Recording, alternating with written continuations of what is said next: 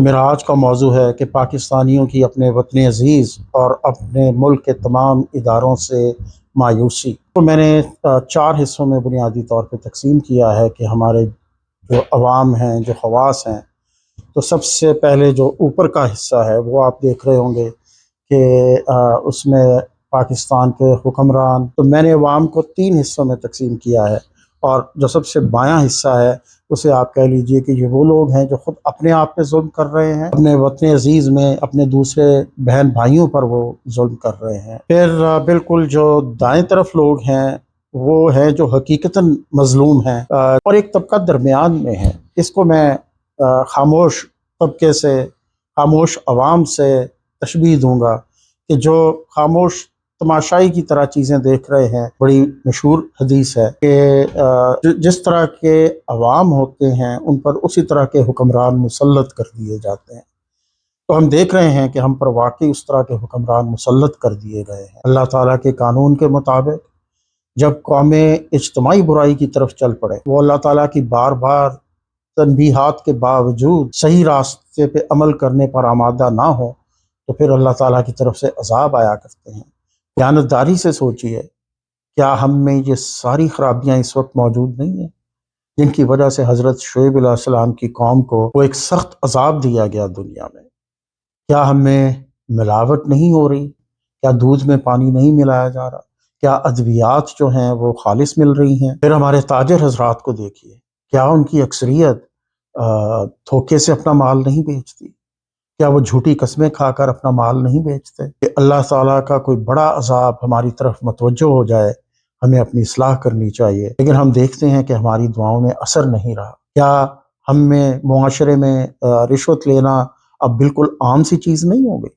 ہم دوسرے لوگوں کا مال ہڑپ کر رہے ہیں، ہم لوگوں کے پلاٹوں پر قبضہ کر رہے ہیں، ہم لوگوں کی زمینوں پر قبضہ کر رہے ہیں۔ تو ہمارے معاشرے میں نمازی بھی بے شمار، حجاج بھی بے شمار، لیکن ہماری عبادات میں اثر نہیں، ہماری دعاؤں میں اثر نہیں۔ اس کی وجہ کیا ہے؟ کہ ہماری عبادات اب ایک طرح سے رسومات بن گئی ہیں، ہم رسومات ادا کر رہے ہیں۔ ہم میں سے کتنے لوگ ہیں جو نماز پڑھ رہے ہوں اور ان کے دل میں اخلاص ہو، خشوع و خضوع ہو، اللہ تعالیٰ کے حضور کھڑے ہونے کا ایک خوف محسوس ہو۔ میں علماء کا کردار بہت اہم، انہیں چاہیے کہ وہ جمعۃ المبارک کے خطبہ میں ان چیزوں کی طرف توجہ دلائیں، لوگوں کو اس پہ آمادہ کریں کہ یہ عہد کریں مسجد میں کہ وہ کم از کم اپنی ذات کی حد تک ان میں سے کسی خرابی میں ملوث نہیں ہوں گے، اللہ تعالیٰ سے سچے دل سے توبہ کریں، تو شاید یہ ہماری اجتماعی تباہی سے بچنے کی کوئی صورت نکل آئے۔ ہمارا کھانا حرام کا نہ ہو، ہمارا پینا حرام کا نہ ہو، ہمارا جسم جو ہے وہ حرام کی کمائی سے نہ پلا ہو، ہمیں ان سے بچنا ہے، تو پھر انشاءاللہ ہماری دعائیں ضرور رنگ لائیں۔ اور ہم جانتے ہیں کہ دعا قبول ہونے کی 3 صورتیں ہیں، یا تو وہ دعا ویسے ہی پوری ہو جاتی ہے جس طرح سے آپ نے مانگی تھی، جو آپ نے مانگا وہ آپ کو مل گیا، یا پھر اللہ تعالیٰ کو معلوم ہے کہ اس دعا کے پورے ہونے کی ایک اور صورت اس سے بہتر ہے جو آپ مانگ رہے ہیں، تو اللہ تعالیٰ ہمیں اس سے بہتر چیز عطا فرما دیتا ہے، یہ بھی دعا پوری ہونے کی صورت۔ اور ایک تیسری صورت جو سب سے بہترین صورت وہ یہ ہے کہ ہمیں دنیا میں اس دعا کا بظاہر کچھ بھی نہیں ملتا، لیکن آخرت میں اس دعا کے بدلے میں ہمیں وہ چیز عطا کی جاتی ہے۔ حدیث مبارکہ کا مفہوم ہے کہ جب بندہ اپنی دعا کا معاوضہ اللہ تعالیٰ کے حضور پائے گا، اس کو دیکھے گا، تو وہ یہ خواہش کرے گا کہ کاش دنیا میں میری کوئی بھی دعا قبول نہ ہوئی ہوتی۔ ذرا سوچیے یہ کتنی بڑی بات ہے۔ تو اگر کسی وجہ سے ہمیں یہ لگے کہ ہم صحیح راستے پہ ہیں، ہم کوئی حرام کام میں ملوث نہیں ہیں، ہم کسی بڑے گناہ کا ارتکاب نہیں کر رہے، تو پھر جو آپ کی دعائیں ہیں وہ انشاءاللہ ضرور رنگ لائیں گی ان تینوں میں سے کسی بھی صورت میں، اور کاش وہ صورت تیسری ہی صورت ہمیں میسر ہو۔ اب یہ جو خاموش طبقہ ہے، ان میں خاص طور پہ یہ مایوسی بہت زیادہ ہے کہ ہمارے کرنے سے ہوا کیا، خاص طور پر یہ الیکشنز کے بعد۔ ان کی خدمت میں عرض ہے کہ یہ سوچنے کا صحیح طریقہ نہیں ہے۔ بحیثیت مسلمان ہمارا رول یہ ہے کہ ہم صحیح راستے کو پکڑ لیں، ہم اس کے نتیجے سے بے پرواہ ہو جائیں، کیونکہ ہمارے اوپر جو چیز فرض ہے وہ کوشش ہے، اور اس کا جو نتیجہ ہے وہ صرف اللہ تعالیٰ کے ہاتھ میں ہے۔ تو اس پیمانے پہ نہ ناپیں چیزوں کو کہ ہم نے اس چیز کی جدوجہد کی لیکن ہمیں اس کا صلہ تو ملا نہیں، جو ہم چاہتے تھے وہ تو ہمارے ہاتھ نہیں آیا۔ یہ جو نتیجہ ہے، جو جو اس کا پھل ہے، یہ صرف اللہ تعالیٰ کے ہاتھ میں ہے، اور ہمارے اوپر صرف اس راستے میں کوشش فرض ہے، یہ ہمیں کرنا ہے۔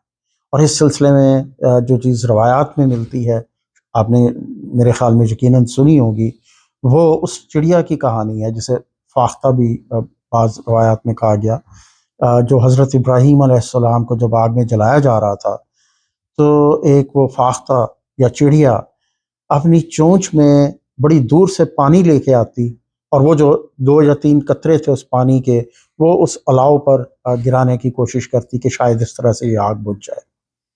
پھر جاتی واپس، غالباً کچھ میل کا سفر کر کے، اور وہ پھر اپنی چونچ میں پانی بھر کے لاتی، پھر اس الاؤ پر گراتی، اور اس طرح سے جتنی اس میں سخت تھی اس نے اپنے اس الاؤ کو بجھانے کے لیے پانی گرانے کی کوشش کی، اور آخر ہانپ کر وہ گر گئی۔ جب وہ گر گئی تو کچھ اور پرندے، جن میں بعض لوگ الو کا نام لیتے ہیں، انہوں نے اسے کہا کہ تمہیں پتہ تھا کہ تم اس آگ کو نہیں بجھا سکتی، تو تم نے کیوں اتنی چیز کی اور اب اپنی جان گنوا رہی ہو؟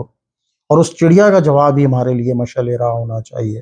اس چڑیا نے کہا کہ میں جانتی تھی کہ میں اس سے آگ کو بجھا تو نہیں سکوں گی، لیکن مجھے اس چیز کی تسلی ہے کہ میں اب اپنے رب کے حضور سرخرو ہو جاؤں گی کہ اے رب، جب مجھے قیامت کے دن مجھ سے پوچھا جائے گا تو میں اللہ تعالیٰ سے کہہ سکوں گی کہ اے رب، تیرے جب پیغمبر کو آگ میں پھینکا جا رہا تھا تو میں نے اپنی بساط کے مطابق کوشش کی، جتنی مجھ میں طاقت تھی میں نے اس کے مطابق کوشش کی۔ تو یہ ہے ایک وہ سبق جس کو کہ ہمیں اپنانا ہے۔ ہمیں صرف اپنی بساط کے مطابق کوشش کرنی ہے، ہمیں مایوس نہیں ہونا، نتیجہ اللہ تعالیٰ پر چھوڑ دیں۔ ہم اس پہ قادر نہیں کہ ہم چیزوں کے نتیجے تبدیل کر سکیں۔ میں نے پہلے گزارش کی، جن لوگوں نے جو ظلم کیا ہے ان کے بارے میں آپ کو بڑی تفصیل سے انشاءاللہ پھر اور بتاؤں گا، لیکن اس وقت ہمیں اپنی بساط کے مطابق جو کوشش ہے وہ کرنی ہے۔ تو ہمیں صرف ان لوگوں میں نہیں رہنا جو صرف دل میں برا جانے، بلکہ ہمیں کوشش کرنی چاہیے کہ ہم اس سے ایک سطح اوپر آئیں، ایک لیول اوپر آئیں، کہ جس میں ہم زبان سے برائی کو برا کہہ سکیں۔ یہ ہماری کوشش ہوگی۔ اس میں ظاہر مشکلات پیش آ سکتی ہیں، لیکن ہمیں یہ کوشش کرنی چاہیے۔ ہمیں یہ دیکھنا چاہیے کہ اس وقت جو چاروں طرف آگ پھیلی ہوئی ہے، اس آگ کو بجھانے کے لیے ہم کیا کوشش کر رہے ہیں، ہماری کیا کاوش ہے، کیا ہم صرف خاموش تماشائی بن کر بیٹھ کے رہنا چاہتے ہیں؟ اس صورت میں تو آپ اس فاختہ سے بھی گزرے ہو گئے جس میں کہ اتنی جان نہیں ہوتی، بڑا چھوٹا سا پرندہ جس میں کوئی طاقت نہیں ہے اتنی، وہ ایسی بھی مشقت ہم کرنے کو تیار نہیں۔ تو یہ فیصلہ اب آپ کو کرنا ہے کہ آپ نے اس فاختہ خانے میں رکھنا ہے اپنے آپ کو، یا خاموش الو کی طرح آپ نے رہنا ہے۔ ایک بڑا خوبصورت شعر ہے احمد فراز کا، شکوائے ظلمت شب سے تو بہتر تھا، اپنے حصے کی کوئی شمع جلاتے جاتے۔ تو آپ صرف اپنے حصے کی شمع جلائیے، نتیجے کو اللہ تعالیٰ پر چھوڑ دیجئے۔ تو آئیے ہم کم از کم اپنی بساط کے مطابق جو جن لوگوں کو میں نے ظالم عوام میں شمار کیا ہے ان سے ضرور بات کریں، ان کو سمجھانے کی کوشش کریں۔ ہمیں کسی سے لڑنا جھگڑنا نہیں ہے، لیکن خاص طور پہ اس رمضان المبارک میں ان کو بتایا جائے کہ ہمارے اجتماعی گناہ کس طرح سے ہمیں لے ڈوبیں گے اور اللہ تعالیٰ کے عذاب کو دعوت دیں گے۔ اللہ تعالیٰ ہمیں اس وقت سے بچائے۔ یہ ہم سب کا فریضہ ہے، اس کے لیے کوشش کیجیے۔ رمضان المبارک کا آخری عشرہ شروع ہو رہا ہے، اس میں خاص طور پہ دعاؤں کا اہتمام کیجیے، اس میں خاص طور پہ اپنی کوششوں کو بڑھائیے، اللہ تعالیٰ کے حضور سچے دل سے توبہ کریں اور دعا کریں کہ اللہ تعالیٰ ہمیں ان سب ظالموں سے نجات دلائے۔ ہاں، جو ان ظالم عوام میں سے لوگ ہیں ان کو اللہ تعالیٰ ہدایت دے۔ اللہ تعالیٰ ہم سب کا حامی و ناصر ہو۔ آخر میں ہماری دعا، اے اللہ تعالیٰ، ہم گناہ گار، ہم خطا کار، لیکن اس رمضان المبارک کی برکتوں کے صدقے ہماری خطاؤں کو معاف فرما، ہمارے گناہوں کو معاف فرما۔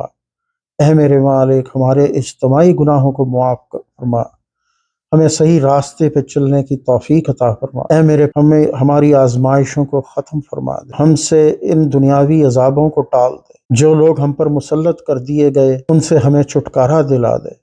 اے میرے پاک پروردگار، جن لوگوں نے ہماری قوم پر، ہمارے وطن پر ظلم کیا، جو اس کی تباہی اور بربادی کے ذمہ دار بن رہے ہیں، جنہوں نے ارادتاً اپنے ملک پر، اپنے وطن پر، اس میں رہنے والوں پر ظلم کیا، اللہ تعالیٰ ان کو نیست و نابود فرما دے، ان کی آنے والی نسلوں کو بھی نشان عبرت بنا دے۔